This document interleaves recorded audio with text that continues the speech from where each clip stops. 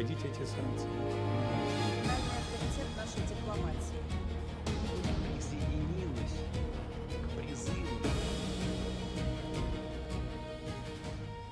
Russia has accused Ukraine of deliberately targeting civilians after a strike on holiday camps in Kirillovka, in the Russian-controlled Zaporizhzhia region. Moscow says 8 people, including 2 children, were killed and 14 others injured, describing the attack as another act of terror against civilians. The Kyiv regime continues to perform its cold-blooded, deliberate attacks on Russian civilians. A missile strike on a commercial site in Kyiv left at least 6 people dead and another 26 wounded on July 24th. However, this was not enough for Ukrainian neo-Nazis. Overnight into July 25th, they attacked tourists on vacation in the settlement of Kirillovka in the Zaporizhzhia region.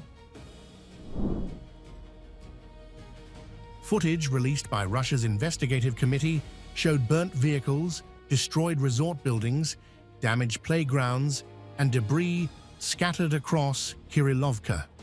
Russian officials have launched a terrorism investigation, alleging Ukrainian forces knowingly targeted civilians holidaying at the resort.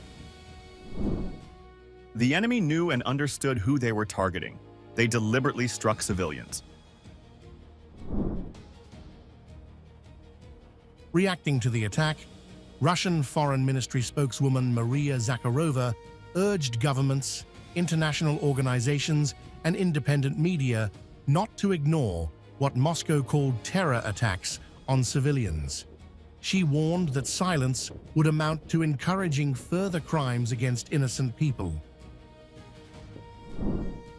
We call upon all responsible governments, relevant international organizations, and independent media not to remain silent about the bloody terror attacks in the Kyiv and Zaporizhzhia regions. Ignoring the Kiev regime's crimes means to signal a tacit approval to its crimes and to inspire it to commit new ones.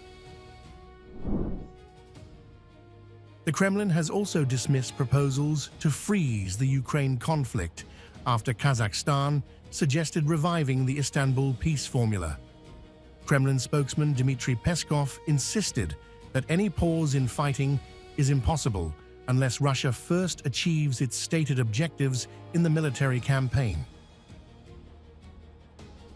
Considering Kyiv's stance, freezing is impossible as such.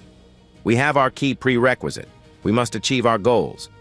It all can stop before midnight today if the Kyiv regime makes corresponding decisions.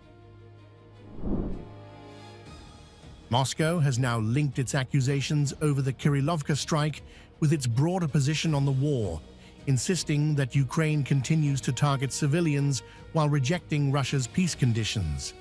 The Kremlin maintains that the path to ending hostilities remains open, but says the next move rests entirely with Kyiv and its willingness to accept Moscow's terms.